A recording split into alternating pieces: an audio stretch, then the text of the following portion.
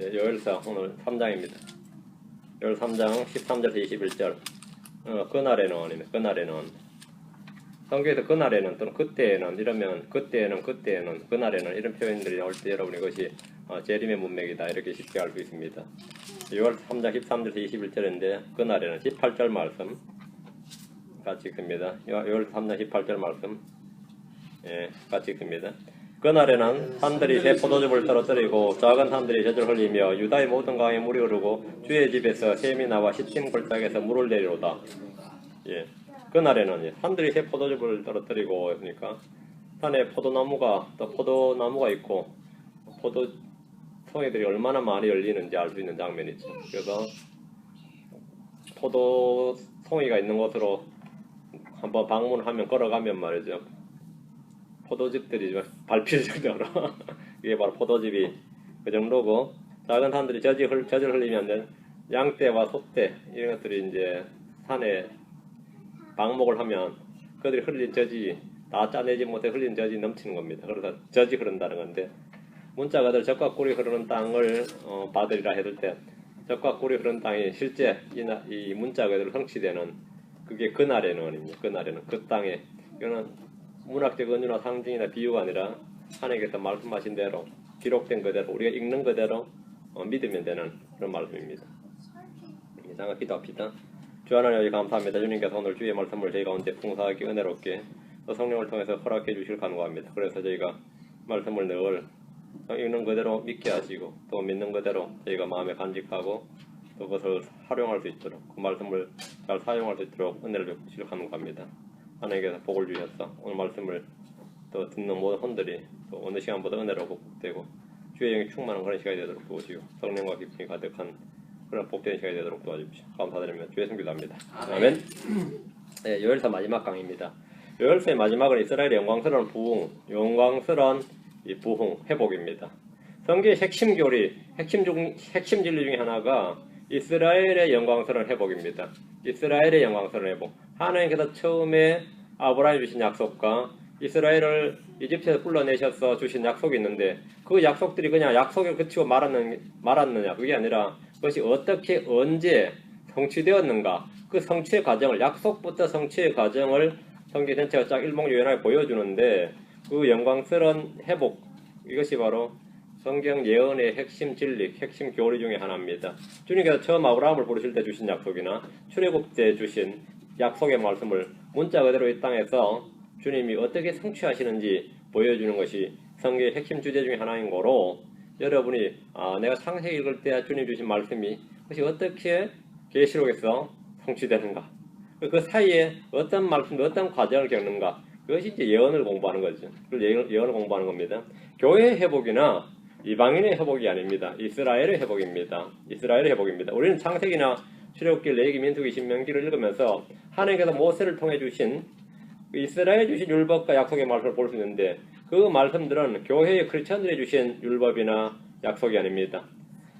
땅과 왕국, 민족에 대한 약속은 교회에 주어진 것이 아니라 이스라엘이라는 한 민족의 문자 그대로 주이시, 히브리 민족에게 주어진 약속입니다. 우리는 그 말씀들의 성취를 아직 보지 못했습니다. 대언자 요엘은 이스라엘 민족과 구원과 회복을 다루면서 이 대언의 말씀을 지금 마치고 있습니다. 동시에 이스라엘을 대적하고 그동안 이스라엘을 해친 이스라엘을 대적하고 이스라엘을 괴롭히고 이스라엘을 압박하고 공격하고 그들을 노예 취급하고 그들의 재산을 빼앗고 그 사람들이 인신매매하고 팔아버리고 이랬던 이스라엘에 대적해서 죄를 지었던 그 주변 민족들 특히 에돔 족속 같은 경우죠. 그런 민족들에 대해서 주의 원수 갚으심 또 민족들의 심판을 선포하고 있습니다. 이 말씀들은 우리 주님이 제자들이 하신 말씀이나 요한계시록과 정확히 일치합니다. 이 시간 우리는 요엘서를 통해서 하나님께서 민족들을 심판하시고 이스라엘에 약속된 아브라함의 언약, 시내산의 언약을 어떻게 성취하는지 보고 배울 수 있습니다. 이스라엘 민족이 가진 세상 최대의 그들이 가진 지고지상한 최고의 그 언약, 약속은 출애굽기 19장 5절 6절입니다. 출애굽기 봅니다. 19장 5절 6절입니다. 민족적으로 지금도 이 약속의 말씀을 성취되는 것, 이 약속의 말씀을 이루어 주시는 하나님을 지금 갈망하고 소망하고 있는 겁니다. 출애굽기 19장 5절 6절 이집트에서 하나님께서 이스라엘을 불러내셔서 이스라엘을 한 민족을 이루시면서 하신 말씀이 출애굽 19장 5절 6절.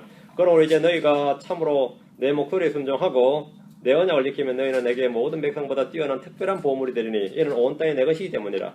또 너희는 내게 제사장 왕국이 되며 거룩한 민족이 되리라. 내가 이스라엘 자손에게 보할 말들이 이러하니라. 하나님은 율법을 주시면서 모세를 통해 출애굽한 이스라엘이 어떤 민족이 될 것인지 말씀해 주셨습니다. 앞으로 이스라엘은 어떤 민족이 될 것인가? 이집트에서처럼 계속해서 노예 민족으로 살 것 같으면 뭐 출애굽할 필요가 없는 거죠. 그럼 이제 가나안 땅에 들어가서 이스라엘은 어떤 민족이 될 것인가?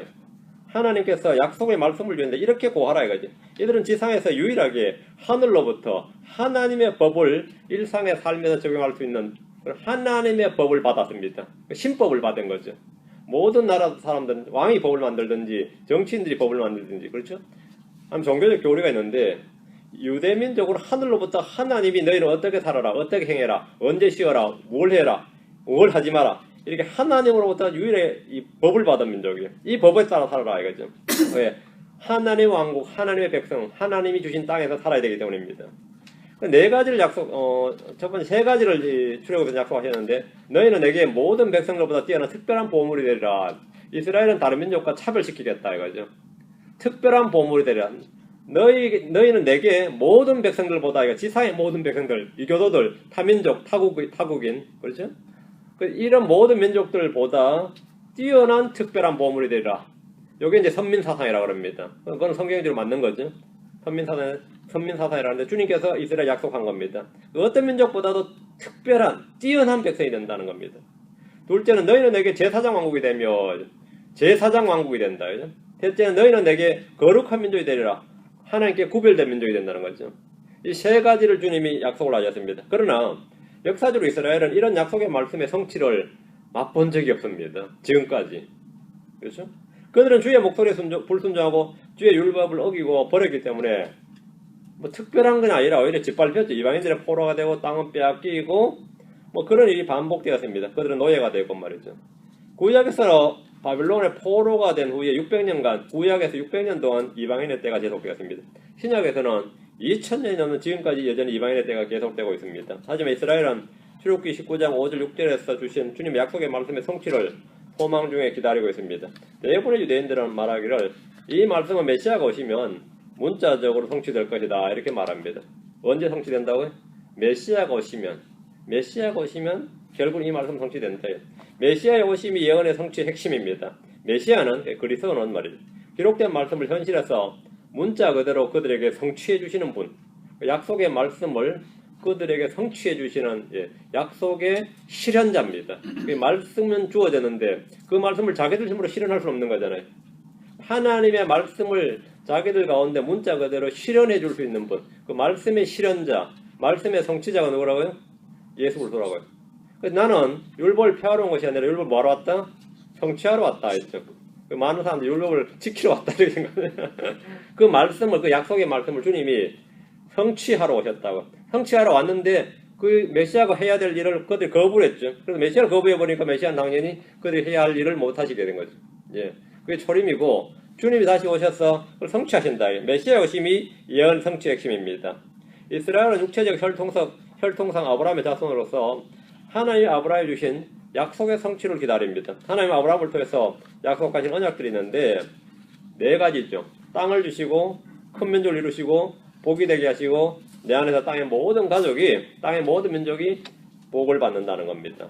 하나님께서 아브라함이 네 가지 약속을 아브라함을 부르시면서 아브라함이 네 가지 약속을 주셨는데 이 말씀 중에 이 민족들의 그 타국인이죠. 민족들의 운명을 가르는 한마디 말씀이 있습니다. 민족들의 운명을 가르는 말씀. 창세기 12장으로 갑니다. 2절 3절. 빨리 앉으세요. 창세기 12장 2절 3절. 이거는 이스라엘의 운명이 아니라 민족들의 운명을 가르는 한마디 말씀이 있는데 창세기 12장 2절 3절. 내가 너로부터 큰 민족을 만들고 내게 복을 주어 내 이름을 크게 하리니 내가 복이 되리라. 너를 축복하는 자들에게 내가 복을 주고 너를 저주하는 자들에게는 저주를 내리리니 내 안에서 땅의 모든 가족들이 복을 받으려 하였더라. 자, 민족들이 하나님께 복을 받거나 저주를 받는 기준과 원칙이 하나님이 정해놓으셨어요. 민족들이 복을 받느냐 저주를 받느냐, 민족들이 어떻게 하면 무엇을 하면 복을 받고 무엇을 하면 하나님께 저주를 받는가를 하나님께서 그 기준을 제시하고 정해놓으셨는데 그게 창세기 12장 3절이란 말이죠. 근데 이 말은 읽어보면 이교도들이나 이방인들 타국인들 입장에서는 좀처럼 수긍하지 못하고 인정하지 못하는 말씀 중 하나입니다. 뭐 이런 말도 안 되는 소리가 있나 이거. 어떻게 아브라함에게 복을 아브라함에게 축복하면 복을 받고 아브라함에게 저주하면 저주받느냐 이거죠. 이런 황당무계한 이런 말씀이 있을 수 있느냐. 뭐 이게 뭔 이치에 안 맞다. 내가 뭐 선을 행하면 복을 받고 내가 악을 행하면 뭐 저주를 받는다든지, 내가 이런 하면 복을 받고 이런 하면 뭐 저주를 받는다든지, 이러면 수긍이 가잖아요.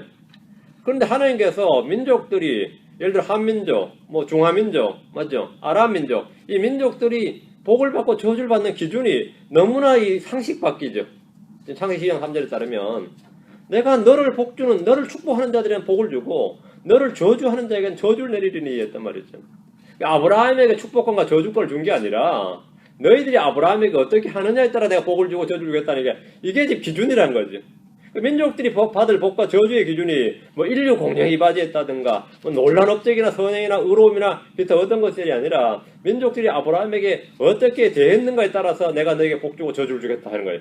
특히 반이스라엘 정서가 강한 오늘날 그런 민족들, 그런 사람들 입장에서는 이런 말도 안 되는 것이 성경에 있을 수가 있느냐 이거죠. 이런 말도 안 되는 논리가 성경에 기록되어 있다. 그래서 강한 거부감을 느끼지만 뭐 성경은 폐할 수 없나니죠. 성경은 폐할 수 없나니입니다. 민수기 24장 9절.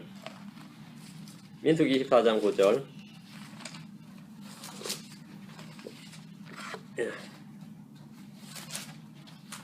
민수기 24장 9절. 그가 사자같이 큰 사자같이 꿇어앉고 누웠으니 누가 그의 화를 도두리요. 너를 축복하는 자는 복을 받을 것이요 너를 저주하는 자는 저주를 받을지로다 하니라. 이 땅의 민족들 중에 이스라엘을 축복하는 자는 그 민족은 복을 받습니다. 이스라엘을 저주하는 자는 그 민족은 저주를 받습니다. 역사적으로 예언적으로 이 말씀은 불변에 들립니다. 하나님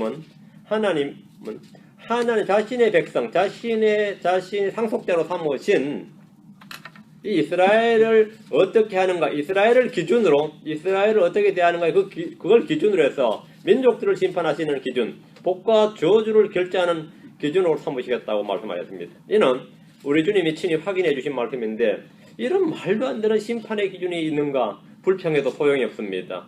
마태복음 25장입니다. 31절 33절. 마태복음 25장 31절 33절. 사람의 아들이 자기 영광 중에 모든 거룩한 천사와 함께 올 때에 자기의 영광의 왕좌에 앉아서 모든 민족들을 자기 앞에 모으고, 주님이 자기 영광의 왕좌에 앉아서 재림하신 주님이 이제 왕의 왕, 만왕의 왕, 만주의 주로 계신 거죠. 모든 민족들을 자기 앞에 모으고 목자가 염소들로부터 자기 양들을 갈라내듯이 그들을 일일이 분리하여 양들을 자기 오른편에 두되 염소들은 왼편에 두리라. 양과 염소를 분리하죠. 민족들 분리입니다. 때는 주님께서 모든 거룩한 천사와 함께, 마귀의 천사 말고요, 타락한 천사 말고, 범죄한 천사 말고, 거룩한 천사, 주의 거룩한 천사들과 함께 올 때에 이 땅에, 즉 지상 재림입니다. 장소는 하늘이 아니라 이 땅입니다. 구체적으로 말하면 여호사밧 골짜기입니다. 결단의 골짜기라 불리는 이곳에서 재림하신 주님은 자기 왕좌에 앉아서 민족들을 심판하시는데, 그들의 제목은 요엘서 3장 2절에서 8절에 나오는데 하나같이 뭐죠? 너희들이 내전에 있었다, 뭐 종교 박해가 있다, 이런 이야기가 아니에요. 너희들이 이스라엘 내 민족을 어떻게 했다, 팔아치웠다, 창녀로 만들고 애들을 뭐 임신매매했다, 그런 거죠. 이스라엘은 어떻게 했느냐, 그게 지금 제목을 쫙 나야 돼요. 요엘서 3장 2절부터 8절까지 쫙 나오고, 주님은 민족들에게 바로 이런 제목들을 들어서 이스라엘을 어떻게 대했는지 말씀해 주시고, 그들을 목자가 염소들을 염소들로부터 양들을 갈라내듯이 일일이 분리해서 양들은 자기 오른편에, 염소들은 자기 왼편에 두십니다. 중립은 없습니다. 심판의 대상은 본문에 기록된 대로 이 땅의 누구? 민족들입니다.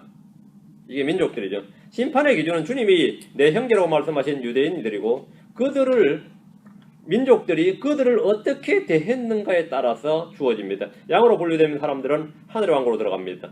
주님께서 아브라함과 이스라엘에게 행한 것을 주님 자신에게 행한 것과 동일하게 대하신다는 겁니다. 자, 마태복음 25장 40절 45절. 마태복음 25장 40절. 왕이 그들에게 대답하여 이르되 진실로 내가 너희에게 이르노니 너희가 이들 내 형제들 중에 가장 작은 자 하나에게 그것을 하였은즉 내게 하였느니라 하고, 이들이 바로 양들로 분류된 민족이죠. 양으로 분류된 민족입니다. 자, 45절. 그때에 하면 이건 다 시점이 언제 알죠? 그때에 그가 그들에게 대답하여 이르되 진실로 내가 너희에게 이르노니 너희가 이들 중에서 가장 작은 자 하나에게 그것을 하지 아니하였는지 내게 하지 아니하였느니라 하라. 자, 이스라엘 민족이 한 것을 자기에게 한 것으로 동일시하는 거죠. 우리는 이 말씀을 통해서 천년왕국에 천년왕국 직전에 주님이 직접 이 땅에서 민족들을 심판하신다는 사실을 알 수 있습니다. 그렇죠? 이들이 천년왕국을 상속받는 자, 양들로 분류된 사람들은 천년왕국의 시민이 되는 겁니다. 주님 이 땅에 한 왕국을 세우시고 왕으로서 통치하시고 백성들을 심판하십니다. 이 왕국을 우리는 무슨 왕국이라고 그러죠? 메시아 왕국 또는 영원한 왕국 또는 의의 왕국 또는 하늘의 왕국, 천년 동안 통치한다 해서 천년왕국이라고 부릅니다. 그 다 같은 말입니다. 메시아, 그리스도의 왕국이라고 해요. 그리스도의 왕국, 그리스도께서 오셔서 다스리는 그리스도 왕국이고, 이 왕국은 무너지거나 멸망하지 않는다 해서 영원한 왕국이라고 합니다. 이 왕국은 의로 통치하는 왕국이라 해서 의의 왕국이라고 그러고, 하늘로부터 난 왕국에서 이걸 하늘의 왕국이라고 합니다. 하늘의 왕국에서 하늘에 있는 왕국이 아닙니다. 이 땅에 하나님께서 하늘로부터 오신 주님이 오신 왕국이라는 의미입니다. 지상 왕국, 지상 메시아 왕국이 하늘 왕국이고, 이 왕국의 기간이 천년이라서 우리가 밀레니엄 킹덤 또는 천년 왕국이라고 말을 하는 겁니다. 자, 시편 67편 4절, 82편 8절. 시편 67편 4절, 82편 8절. 오 민족들이 즐거워하고 기뻐 노래하게 하소서. 주께서 백성들을 의롭게 심판하시며 땅 위에서 민족들을 다스리시리다. 셀라. 주께서 백성들을 뭐라고요? 의롭게 심판하시며 땅 위에서 민족들을 다스리시리다. 이게 바로 천년왕국입니다. 하늘의 왕국입니다. 셀라 전부 다 재림문맥입니다. 천년왕국에 들어간 민족들은 즐거워하고 기뻐 노래합니다. 이들은 땅을 상속받았고 주께서 백성들을 의롭게 심판하시고 다스리는 왕국의 시민이 된 겁니다. 크리스천들은 하늘에서 주님과 함께 이 땅에 내려와 그리스도와 함께 이 땅에서 왕과 제사장으로서 이들을 통치합니다. 자, 시편 82편 8절. 시편 82편 8절. 자, 지금 역사가 한눈에 쫙 깨입니까? 미래에 펼쳐질 역사가 눈에 쫙 깨야 됩니다. 시편 82편 8절. 오 하나님의 일어나사 땅을 심판하소서. 주께서 모든 민족들을 상속하시리다. 주님께서 땅을 심판하시고 모든 민족들을 상속하신다. 출애굽 때는 한 민족만 상대하셨죠. 자, 천년왕국 때는 모든 민족들을 상속하시리다. 모든 민족들을 다 모든 민족들이 다 관리해야 됩니다. 주님이 모든 민족들, 땅의 모든 왕들의 왕이 되기 때문입니다. 땅의 모든 왕국, 모든 민족, 모든 언어가 주님의 소유요, 주님의 통치 아래 있게 된다는 말씀입니다. 민족들은 아마겟돈 전쟁을 치른 후에 주님의 책망을 받고 자기들의 칼을 쳐서 보석을 만들고 자기들의 창을 쳐서 가지치는 낫을 만들며 그들이 다시는 전쟁을 배우지 아니하리라 하신 말씀이 바로 이때에 해당됩니다. 문자 그대로입니다. 아마겟돈 전쟁은 이 7년 대환란 중에서도 7년 대환란 자체가 주의 날고 슬픔의 어둠의 날 뭐 이렇게 들리는데 이 7년 대환란 중에서도 전능자의 큰 날하고 불리는 게 아마겟돈 전쟁입니다. 이 아마겟돈 전쟁이 역사의 분기점이 되는데 아마겟돈 전쟁 전에는 모든 민족들이 주님을 대적하고 분노합니다. 주님께 분노하고 아마겟돈 전쟁이 끝나면 모두가 주님께 찬양을 해요. 아마겟돈 전쟁이라는 게 아주 이 역사의 분기점이 됩니다. 민족들은 아마겟돈 전쟁 전에 주님을 대적해서 분노를 한다. 자, 우리가 한번 성경을 한번 봅시다. 계시록 11장 18절 계시록을 이제 다시 한번 예전에 공부했지만 기억을 살려서 간략하게 아웃라인을 지금 보십니다. 아마겟돈 전쟁 전에는 사람들이 민족들이 어떻게 하나 계시록 11장 18절에 보면 분노한다고 되어 있죠. 민족들이 분노하며 주의 진노가 이르렀고 민족들이 분노하며 민족들이 누구한테 분노하냐? 하나님께 우리 주님께 분노하고 말이죠. 유대인들에도 분노하고 다 분노해요. 민족들이 이거는 전쟁 전이단 말이죠. 예, 전쟁 전에는 분노한다. 이 성경은 이 전쟁 성경은 이 전쟁을 전능자의 저 큰 날에 있을 전쟁이라고 하는데 16장 14절 요게 아마겟돈 전쟁입니다. 이제 막 분노가 불 끓어오르면 이제 전쟁이 터지는 거죠. 16장 14절. 그들은 마귀들의 영들로서 기적들을 행하며 땅과 온 세상 왕들에게 나아가 하나님과 전능자의 저 큰 날에 있을 전쟁을 위하여 그들을 모으더라. 자, 땅의 모든 왕들, 모든 민족들을 모아서 하나님과 전능자의 저 큰 날에 있을 전쟁, 저 큰 날에 있을 전쟁이다. 큰 날에 있을 전쟁. 이 7년 대환란 자체가 전쟁과 전쟁이 끝이 없는데 민족들의 그런 전쟁이 아니고 큰 날에 있을 전쟁, 최후의 전쟁, 아마겟돈 전쟁입니다. 이게 이 전쟁에 모인단 말이죠. 훗날 전쟁이라고 그러죠. 마귀는 땅과 온 세상의 왕들을 모읍니다. 그럼 주님의 군대는 누가 있습니까? 이게 마귀의 군대가 됐네요.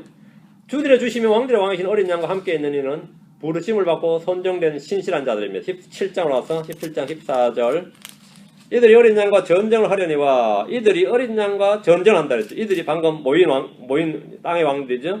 이들이 어린 양과 전쟁을 하려니와 어린 양께서 그들을 이기시리니 그분은 주들의 주시 왕들의 왕이시며 또 그분과 함께 있는 자들은 부르심을 받고 선정된 신실한 자들이니라. 자, 주님과 함께 누가 있어요? 그분과 함께 있는 자들은 주님의 군대는 누구라고요? 예, 부르심을 받고 선정된 신실한 자들이니라 했죠. 자, 우리는 그리스도의 군사들입니다. 이때는 영적으로 믿음의 전쟁을 하는 게 아니라 문자 그대로 싸우는 하나님의 큰 군대가 되는 거죠. 우리 요엘서 2장에서 이미 배웠던 거죠. 바로 그들입니다. 흰말을 타고 함께 내려고 예, 흰 옷을 입고 있는 예, 그들이 바로 부르심을 받고 선정된 신실한 자들입니다. 전쟁 장면은 19장으로 갑니다. 19장 11절 19절 요한계시록 19장 11절 19절 19장 11절 이제 전쟁이 터졌어요. 또 내가 하늘이 열린 것을 보니 보라 흰말이라 그 위에 타신 분은 신실하시니 참되시니라 불리더라. 예수님이죠. 그분은 의로 심판하시며 뭐하더라? 전쟁을 하시느니라. 전쟁이 터진 거 전쟁을 하시는 거죠. 19절 전쟁의 결과입니다. 또 내가 보면 그 짐승과 땅의 왕들과 그들의 군대들이 짐승 적글소죠. 땅의 왕들 그들의 군대들이 함께 모여 말 타신 분과 그분의 군대를 대적하여 전쟁을 하더라. 자, 전쟁을 벌였어요. 그 전쟁을 벌이는 결과는 예, 짐승이 잡히고 또 그 앞에서 기적들을 행하던 거짓된 자도 그와 함께 잡혔는데 포로가 됐네요. 그는 짐승의 표를 받은 자들과 그의 형상에 경배하던 자들을 기적들을 속이던 자들아. 이들이 산채로 유황으로 불타는 불로소에 던져지고 그 남은 자들은 나머지는 어떻게 됐다고요? 말 타신 분의 칼 곧 그분의 입에서 나온 칼로 죽임을 당하니 모든 날 짐승이 그들의 칼로 배를 채우리라. 이것이 바로 아마겟돈 전쟁의 결과가 됩니다. 이 전쟁은 어린 양이 이렇게 이기신다는 거죠. 이 전쟁이 끝난 후에 이제 전쟁이 끝났습니다. 역사가 팍팍 돌아가네요. 이 전쟁이 끝난 후에 땅의 모든 민족들은 주님을 두려워하며 주님의 이름을 영화롭게 한다는 겁니다. 계시록 15장 4절 앞으로 와서 계시록 15장 4절 오 주여 누가 주를 두려워하지 아니하며 주의 이름을 영화롭게 하지 아니하오리까 오직 주만 거룩하시나이다. 주의 심판들이 드러났으므로 주의 심판들이 드러났다예요. 아마겟돈 전쟁에서 민족들을 멸하는 게 한 번 심판이었고 또 여호사밧 골짜기에서 심판이 있었죠. 주의 심판들이 드러났으므로 모든 민족들이 나와 주 앞에 경배하리다. 이건 언제죠? 천연왕국이죠. 이게 바로 아마겟돈 전쟁이 끝난 결과죠. 주님을 경배하고 찬양하는 겁니다. 주님을 두려워하고 주님을 찬양한다. 아마겟돈 전쟁은 아주 이런 놀라운 그런 이 전환점을 민족들에게도 이 역사의 분기점 전환점을 이룬다 이 말입니다. 자, 이 말씀을 여러분 이제 쫙 보시면 별로 어렵진 않게요. 그냥 쫙 다 들었죠. 이 전쟁이 이렇게 전쟁이 끝나면 이 땅의 민족들 중에 주를 두려워하지 않거나 주의 이름을 영화롭게 하지 않을 민족이 없어집니다. 그런 민족 없다면 이후에 있을 일들은 이 땅에 도래할 하늘의 왕국, 천년왕국의 사건들인데 오늘 본문이 바로 그 이야기입니다. 자, 요엘서 갑니다. 오늘 본문은 민족들의 심판과 이스라엘 회복과 천년왕국에 대한 것인데 주제와 대상을 정확히 파악하고 성경 본문을 해석해야 됩니다. 그러면 전혀 어렵지가 않습니다. 대상이나 세대를 잘못 적용하면 성경은 언제나 이해하기 어렵고 난해한 책이 됩니다. 대상을 적용을 못해가지고 자꾸 교회에 적용하려고 하거나 오늘은 나에게 적용하려면 이제 안 되겠죠. 그건 당연히 난해 구절이 되는 것이고 또 시기를 잘못 적용하면 또 난해 구절이 되는 거죠. 소선지에서 너무 어려운 책이 된다 이런 말입니다. 그러나 그것만 딱 잡아놓으면 뭐 아무것도 아닙니다. 자, 본문을 보겠습니다. 13절 요엘서 3장 13절 너희는 낫을 대라 수확할 것이 이것도다. 너희는 와서 밟으라. 포도즙 틀이 가득 차고 독이 흘러 넘치나니 이는 그들의 사악함이 크기 때문이라. 자, 이스라엘이 맨날 당하기만 했는데 지금 어떻게 된 거죠? 와서 밟으라. 너희는 와서 밟으라 이거예요. 이 수확은 성도들의 부활과 휴거를 말하는 게 아닙니다. 대환란 때 땅을 수확하는 것으로서 민족들을 모아 그들을 심판하시는 수확입니다. 자, 이런 구절을 딱 볼 때 요한계시록이 딱 떠올라야 돼요. 계시록 14장 19절 20절 계시록과 같이 본다 그랬죠. 계시록 같이 보니까 계시록을 딱 항상 염두해 주세요.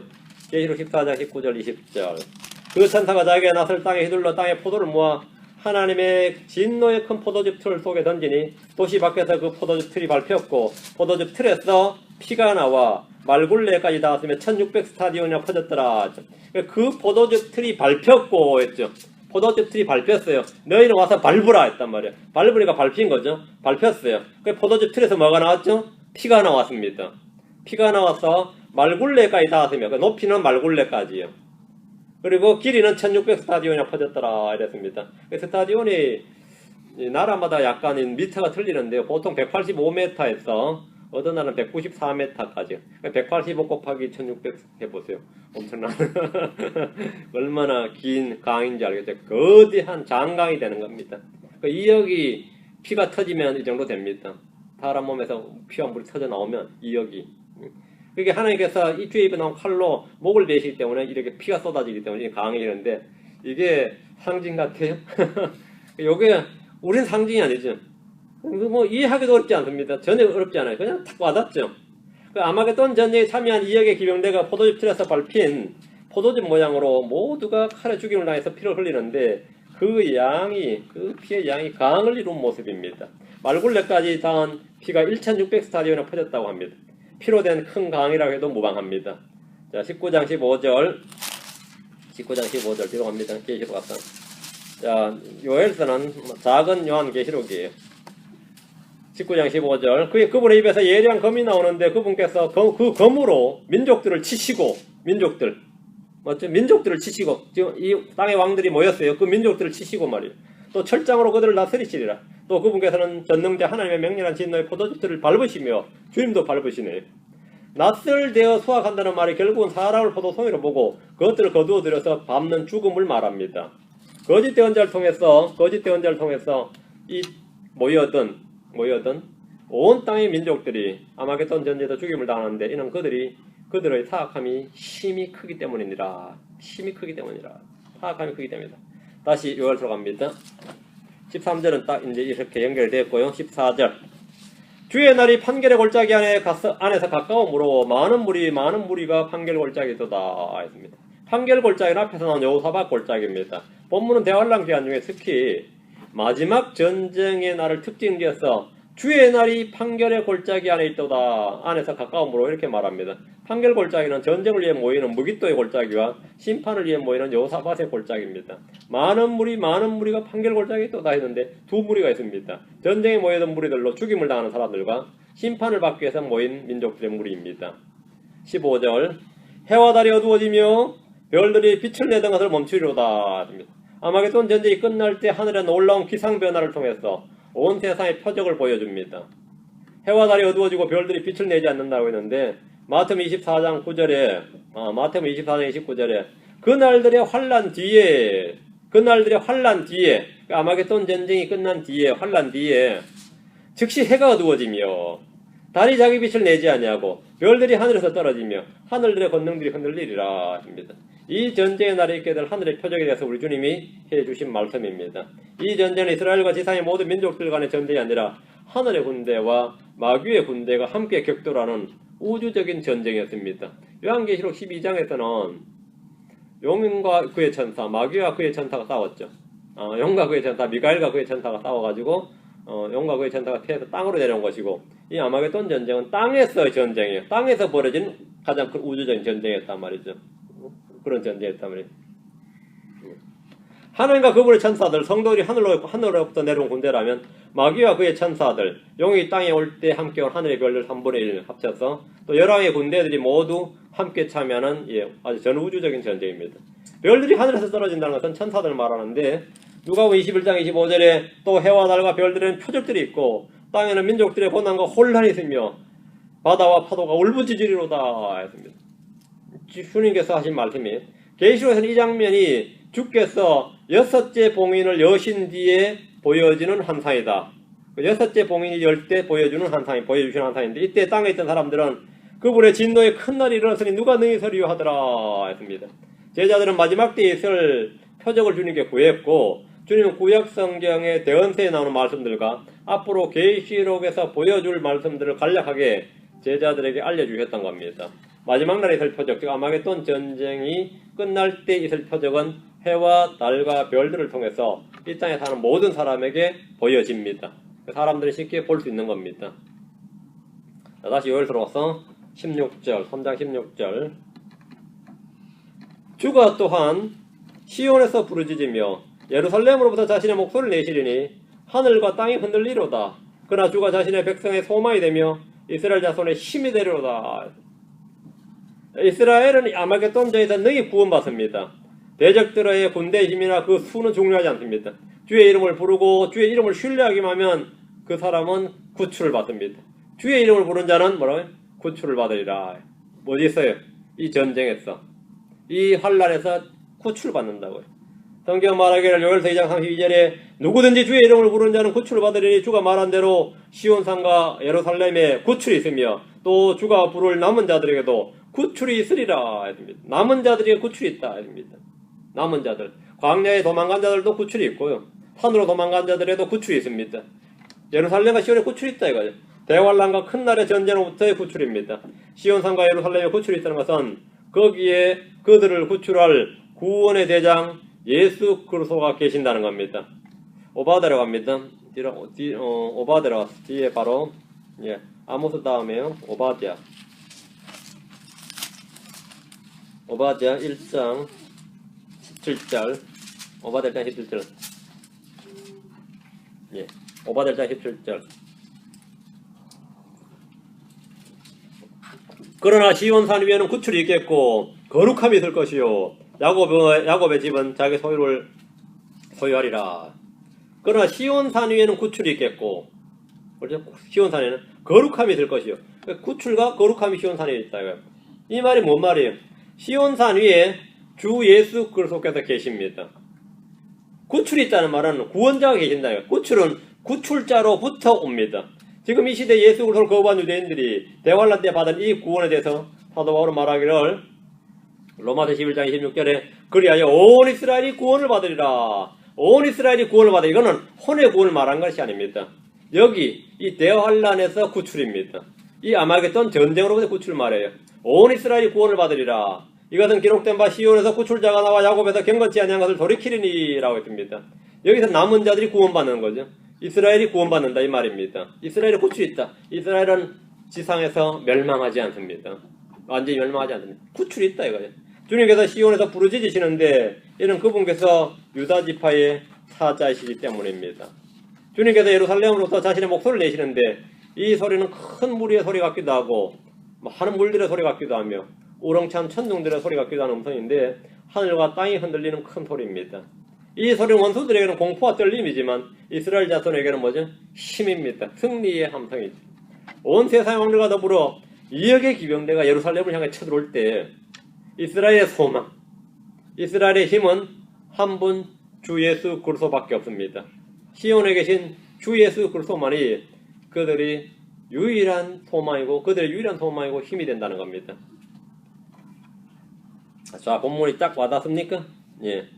그러나 주가 자신의 백성, 이스라엘이죠. 자신의 백성의 소망이 되며 이스라엘 자손의 힘이 되려다 했습니다. 이스라엘 자손의 힘이 되려다. 물론 영적으로 적용해가지고 이걸 오늘 우리에게 적용하면 주님께서 우리의 힘이 되고 소망이 된다. 뭐 그런 적용은 물론 당연히 상관없습니다. 그런 영적 교훈이나 배움을 얻는 것은 뭐 언제나 웰컴이고요. 이 의미가, 교리적 의미가 그렇다는 겁니다. 의미를 먼저 파악해 놓으시고요. 17절 말씀. 그러나 내가 나의 거룩한 산 시온에 거하는 주 너희 하나님인 줄 너희가 알리라. 그때는 예루살렘이 거룩할 것이요 다시는 타국인이 거리로 지나다니지 못하리로다. 이스라엘은 이 일로 주 예수 그리스도가 바로 주 자기들의 하나님인 줄 알게 됩니다. 자기들이 찌르신 분, 바로 그분이 자기들의 주 하나님인 줄 알게 된다. 예수는 랍비나 대언자나 사생아가 아니라 자신들이 주라 부르고 경배하고 섬기던 주 자기들의 하나님이시고 아브라함의 하나님, 이삭의 하나님, 야곱의 하나님이시다 이겁니다. 그때는 예루살렘이 거룩할 겁니다. 대환란 때 예루살렘은 이교도들의 짓밟혀서 소돔과 이집트로 불렸고 이스라엘의 성전 예루살렘에 있던 제3성전이라죠. 그 성전에는 적그리스도가 딱 자리 잡고 있었습니다. 그래서 주님은 그 예루살렘이 대환란 때 예루살렘 뭐라고 했어요?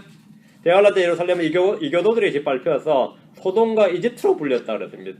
계시록 11장 8절에 그 도시는 예루살렘은 영적으로 소돔과 이집트라고 하며 그곳은 또한 우리 주께서 십자가에 못 박히신 곳이니라 했습니다. 소돔과 이집트다. 소돔과 이집트다. 그런데 그런 거기에 적그리스도가 자신을 높여 하나님으로 자신을 드러내 보였기 때문입니다. 그렇게 보이고 섰기 때문입니다. 그 멸망에 가지한 것이 서지 못할 것에 선 것을 너희가 보거든 그랬죠. 거기가 그 적그리스도의 센터였단 말이에요. 헤드쿼터였단 말이죠. 그런데 그때는 하면 언제죠? 그때는 그날에는 하면 딱 답이 나오죠. 그때는 주님의 제상 재림 때 주님 땅에 오셨을 때 그때는 예루살렘이 뭐가 된다고? 거룩할 것이요. 거룩하신 분이 거기 계시니까 거룩할 것이요. 그때는 예루살렘은 왕의 도시, 왕의 큰 도시가 됩니다. 위대한 왕들의 왕 주께서 그곳에 왕자를 놓으시고 앉으시고 통치하십니다. 더 이상 가난한 사람들이 성전을 들락거리며 헛짓을 못하며 이 예루살렘이 뭐 우리 조상들의 땅이었니 본래는 우리 것이었느니 하면서 그렇게 밟고 다니지를 못한다는 겁니다. 어림도 없는 소리다 이 말이죠. 나홈서 1장 15절에 보면 그 사악한 자가 완전히 끊어져서 다시는 너를 지나가지 아니하리라 했는데 이제 더 이상 예루살렘을 대적하는 자는 지상에도 없고 하늘에도 없습니다. 그럼 어디에 있어요? 예, 불못에 있어요. 불못에 있거나 땅속 깊은 구덩이에 갇혀 있거나 없다 이거죠. 더 이상 예루살렘을 대적하는 자는 지상에 없다 이거죠. 하늘에도 없습니다. 그들은 불못에 있거나 그다지 깊은 구덩이에 갇혀 있습니다. 천왕국 때 타국인들이 예루살렘에 오는 것은 단지 그분을 경배하기 위해 오는 것이 전부입니다. 주님을 경배하기 위해서 오는 거예요. 이디오피아 내시가 예루살렘에 올라온 것처럼 시바의 왕이 솔로몬을 보기 위해서 한번 방문한 것처럼 타국인들이 예루살렘에 오는 목적은 주님을 만나기 위해서 또는 그런 방문하기 위해서 주님을 경배하기 위해서 오는 것 외에는 없습니다. 타국인들이 거리를 지나다니지 못한다. 이스라엘은 영원히 안전하다 이 말입니다. 누구도 그들을 대적하거나 그들의 땅을 빼앗거나 그들을 지배하려 하거나 이런 것은 수천 년 역사에서 변함없이 반복적으로 있었지만 이제는 더 이상 노모당 없다 이거죠. 이게 주님의 말씀입니다. 18절입니다. 또 그날에는 산들이 새 포도즙을 떨어뜨리고 작은 산들이 젖을 흘리며 유다의 모든 강에 물이 흐르고 주의 집에서 샘이 나와 시팀 골짜기에 물을 내리로다. 천년왕국 때 젖과 꿀이 흐르는 팔레타인 땅입니다. 산들이 새 포도즙을 떨어뜨린다는 것은 무슨 말인지 여러분이 이미 알게 딱 와닿았을 겁니다. 젖을 흘린다는 것은 땅에서 나는 풍부한 양식을 말하는데 포도소가 너무 많아서 산에 포도즙이 있을 정도이고 소나 양이 내는 젖이 넘치도록 많아서 산에 젖들이 흐른다는 겁니다. 유다의 모든 강에 물이 흐르는데 이는 늦은 비와 이른 비가 충분히 내리기 때문에 있는 일입니다. 강마다 강물이 흐른다는 겁니다. 그것도 썩은 악취가 나는 강물이 아니고요. 진짜 강물이 흐른다 이거예요. 주의 집에서 샘이 나와서 시딤 골짜기인데 시딤 골짜기 모압과 이스라엘의 경계입니다. 그 이스라엘 경계까지 이 시딤 골짜기까지 물을 댄다고 하는데 성전에서 흘러나오는 물은 성전이 이제 이 워러의 근원지 물의 그 수원지라 그러죠. 물의 근원지. 그게 성전에서 물이 발원지가 되는 거죠.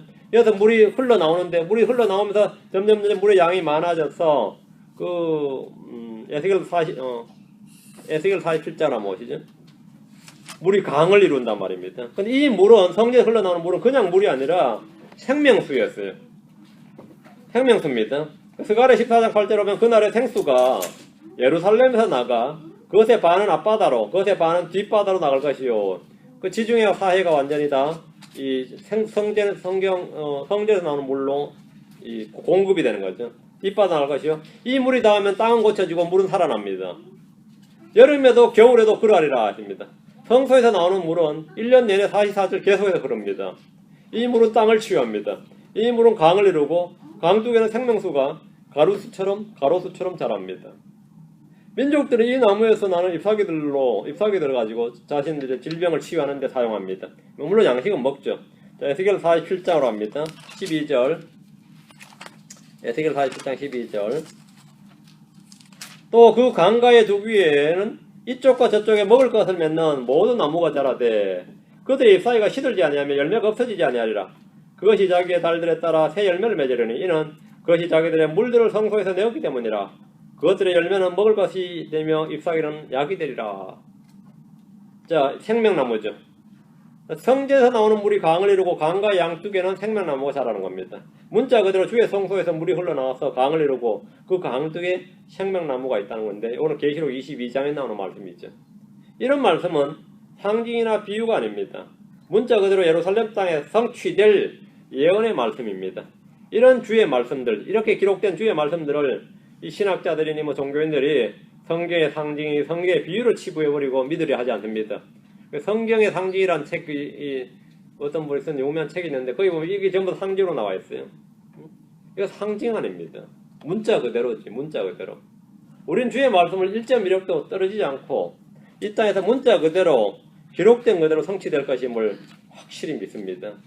이것이 말씀 그대로 기록된 그대로 맞다 이거죠. 맞다 이거죠. 19절입니다. 그날에는 이스라엘에 그렇게 된다. 성서에 물이 흘러나오고 이 문자 그대로 이렇다 이거죠. 19절. 이집트는 황폐한 곳이 되고 에돔은 황폐한 광야가 되리니 이는 그들이 유다 자손에게 폭력을 행사하고 그들의 땅에서 무지한 피를 흘렸기 때문이라.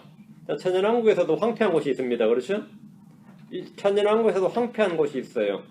이스라엘 주변 민족들 중에 이집트와 에돔은 황폐한 곳, 황폐한 광야가 됩니다. 이는 그들이 유다 자손에게 폭력을 행사하고 그 땅에서 무지한 피를 흘렸기 때문입니다. 죄목이 있습니다. 그들이 무지한 피를 흘렸다 이거예요. 에돔이 황폐한 곳이 된다는 것은 대언자들이 이미 여러 차례 대언한 내용입니다. 대언자 예레미야 49장 17절에서 에돔도 황폐한 곳이 되리니 그것의 곁을 지나가는 자마다 놀라며 거기에 모든 재앙으로 인하여 비웃으리로다. 대체 이 땅이 왜 이렇게 됐냐 이거죠.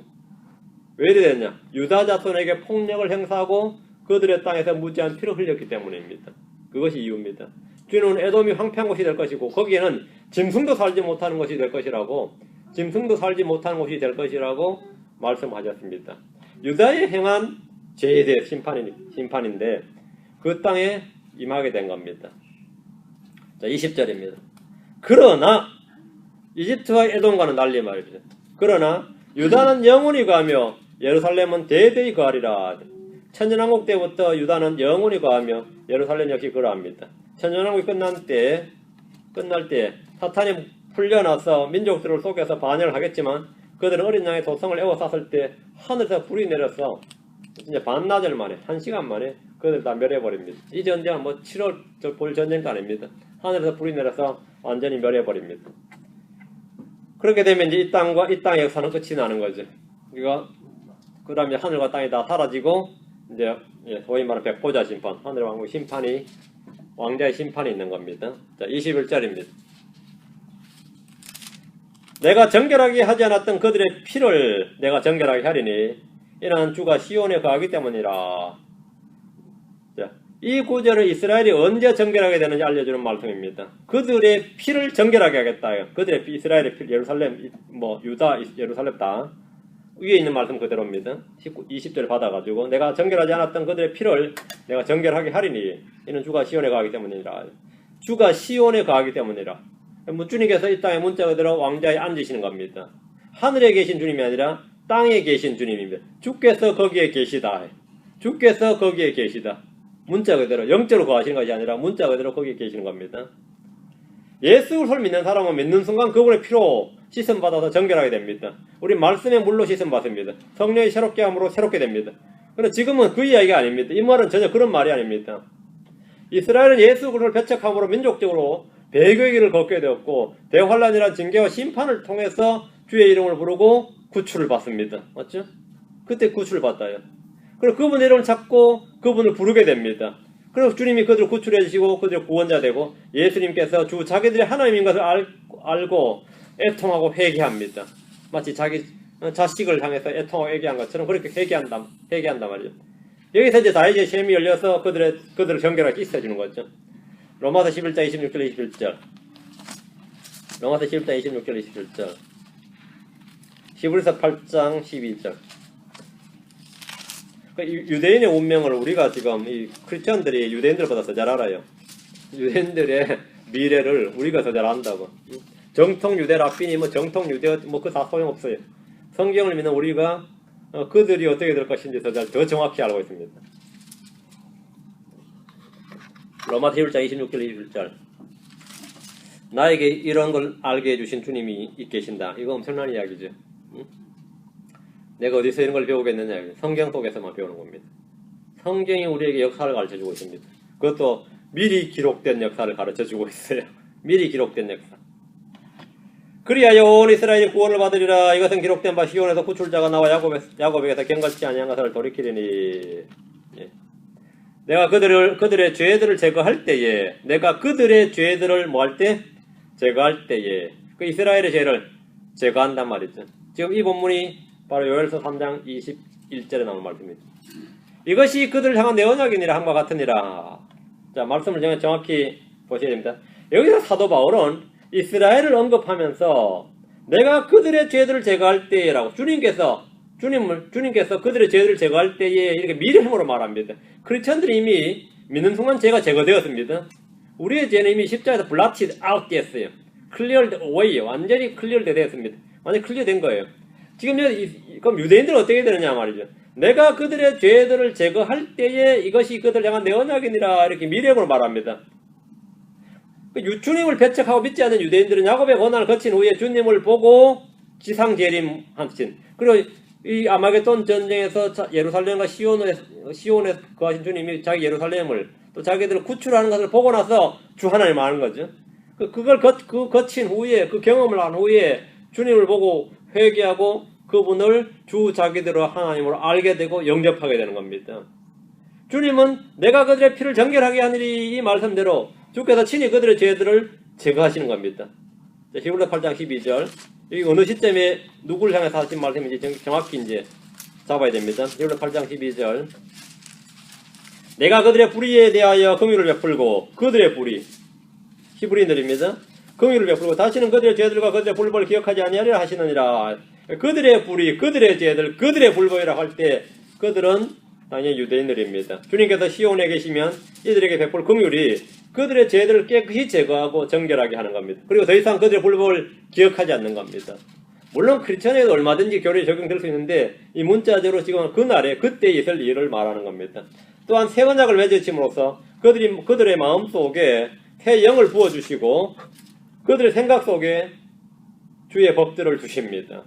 히브리서 8장 10절 11절 히브리서 8장 10절 11절 그날들 이후에, 이건 십자가 사건이나 교회 이야기 아닙니다. 그날들 이후에, 언제인지 알겠죠? 그날들 이후에, 천년왕국입니다. 그날들 이후에 내가 이스라엘의 집과 맺을 언약은 이것이니 그럼 내가 내 법들을 그들의 생각 속에 두고 그들의 마음 속에 그것들을 기록하여 나는 그들에게 하나님 되고 그들은 내게 한 백성이 되리라. 주가 말하노라. 그들이 각각 자기 이웃과 자기 형제를 가르쳐 말하기를 주를 알라 하지 아니하리니 이는 가장 작은 자로부터 가장 큰 자에 이르기까지 모두가 나를 알 것이기 때문이라. 지금 이걸 교회에다 적용하면 성경 공부 필요 없어졌죠. 현 교회는 그날들 이후가 아니에요. 그날들 이전이지. 그 이스라엘에 주의 재림이 있고 모든 육체 주님께서 내 영을 부어주리니 했단 말이죠. 그렇죠? 이 말씀이 성취되어서 주를 아는 지식이 바다가 땅을 덮은 같이 말이죠. 주를 아는 지식이 넘치게 되면 사람들은 서로 너는 주를 알라 하지 않는다. 성경 공부 필요 없다 이거죠. 대언이 필요 없습니다. 지식이 그칩니다. 여기에 바로 고린도전서 13장에 말한 대언도 그치고 지식도 그치고 그 말입니다. 대언도 그치고 언제인지 아시겠죠? 대언도 그치고 지식도 그치고 그 어떻게 그런 말이, 이거 교회에 적용하면 안 되죠. 교회 적용 당연히 그 시간적으로 대상을 정확하게 알면 이건 뭐 전혀 문제가 되지 않는단 말이죠. 가지고 내가 방언하지 말라 그러면 꼭 그 반론 아닌 반론하는 사람들이 있어요. 그러면 대언도 그치고 지식도 그치고 뭐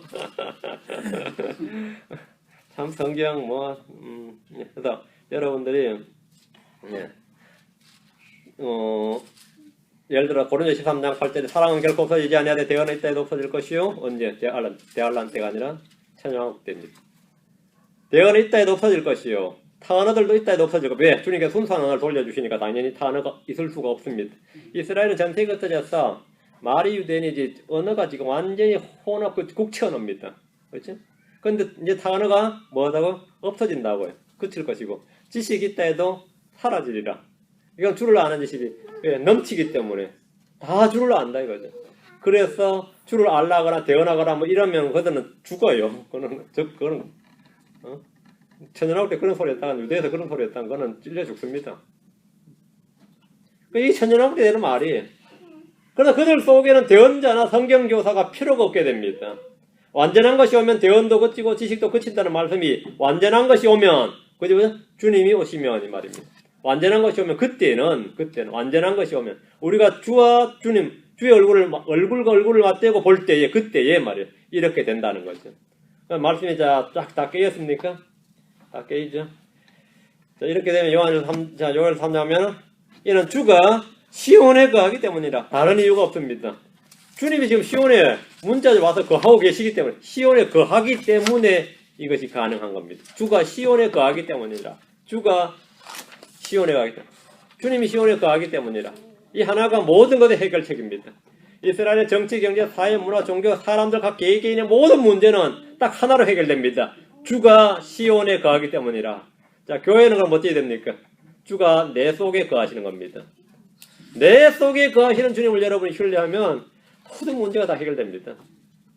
문제는 그냥 있다 할지라도 문제가 나한테 더 이상 문제가 되지 않습니다. 주님이 내 속에 거하시기 때문입니다. 주님이 내 속에 거하시기 때문이다. 근데 이걸 못 믿어요. 왜 못 믿는지 아시겠어요?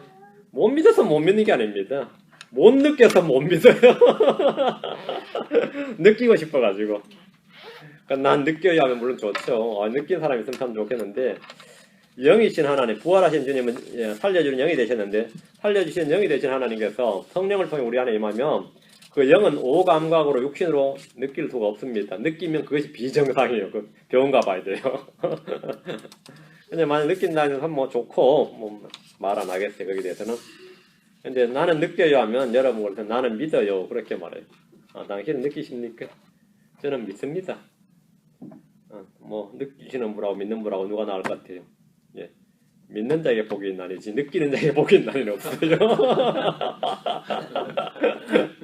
믿는 자에게 복이 있나니 믿는 자에게 열매가 있고 믿는 자가 승리하고 믿는 자가 무언가 해도 하죠.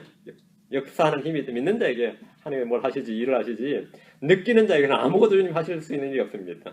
느끼는 자에게는 아무것도 물론 뭐 거기가 확 느낌이 온다 그러면 좋긴 한데 느낌이 옵니까? 안 와요. 네, 그럼 믿으세요. 믿으세요. 주의 말씀이 바로 이 믿음의 말씀입니다. 이 말씀을 기록된 대로 내가 읽는 그대로 믿으면 됩니다. 이 말씀을 믿으면 돼요. 그죠? 그럼 우리는 바로 어떤 위대한 예언가들보다 더 위대한 예언자가 되어서 지금 벌써 천년왕국까지 다루고 있잖아요. 천년왕국까지 미래를 지금 다루고 있습니다. 이게 진정한 대언자지. 대언의 영입니다. 예수 그리스도의 증언은 대언의 영이니라. 기도합시다. 위대하시고 거룩하신 주 하나님 감사합니다. 하나님께서 함께 하시고 복을 위해서 저희 마음속에 주의 영을 충만케 하시고 늘 주의 말씀을 읽는 그대로 믿는 성도를 되게 하시고 믿음의 열매들, 믿음의 선물들이 넘치도록 하시길 원하며 믿음으로 말미암아 권능이 주의 권능이 저희 속에서 크고 강하게 일해 주시길 간구합니다. 감사드리고 주의 승리합니다. 아멘.